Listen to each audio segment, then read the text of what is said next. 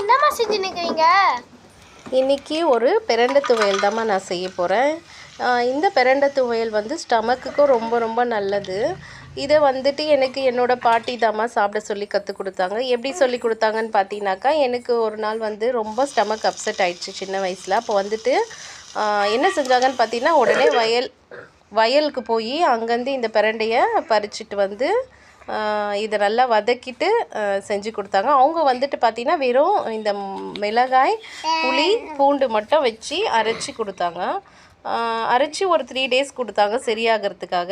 இந்த பிரண்டை துவையல் வந்து டேஸ்ட்டுக்காக மட்டும் இல்லைம்மா, இது ஹெல்த்துக்கும் ரொம்ப ரொம்ப நல்லது. கண்டிப்பாக குழந்தைங்களுக்கு சாப்பிடவும் இதை கற்றுக் கொடுக்கணும்.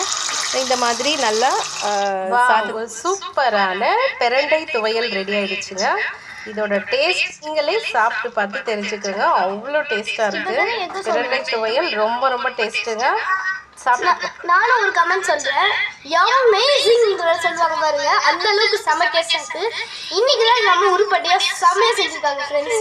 இந்த வீடியோ உங்களுக்கு பிடிச்சிருந்தா மறக்காம என் வீடியோக்கு லைக் பண்ணுங்கள். அப்படியே என் சேனலுக்கு சப்ஸ்கிரைப் பண்ணிடுங்க. தேங்க்யூ.